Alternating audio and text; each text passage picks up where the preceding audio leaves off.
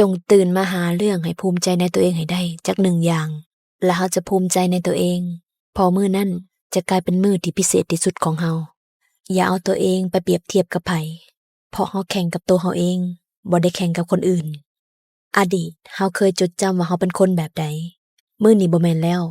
เราจะเปลี่ยนเป็นคนใหม่ที่ดีกว่าเก่า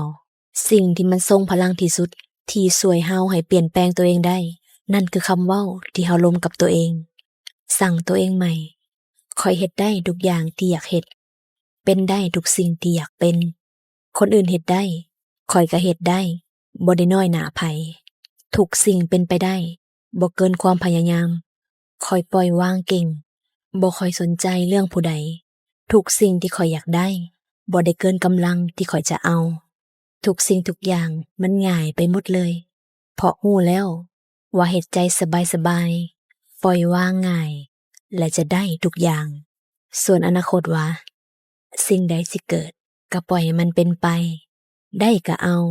บ่ได้ก็เฮ็ดใหม่สิเฮ็ดจนกว่าสิได้โดยบ่ได้คาดหวังเพราะข้อยกำลังสู้กับวินัยตัวเองสู้กับความย้านสู้กับใจตัวเองคนอื่นบ่เข้าใจ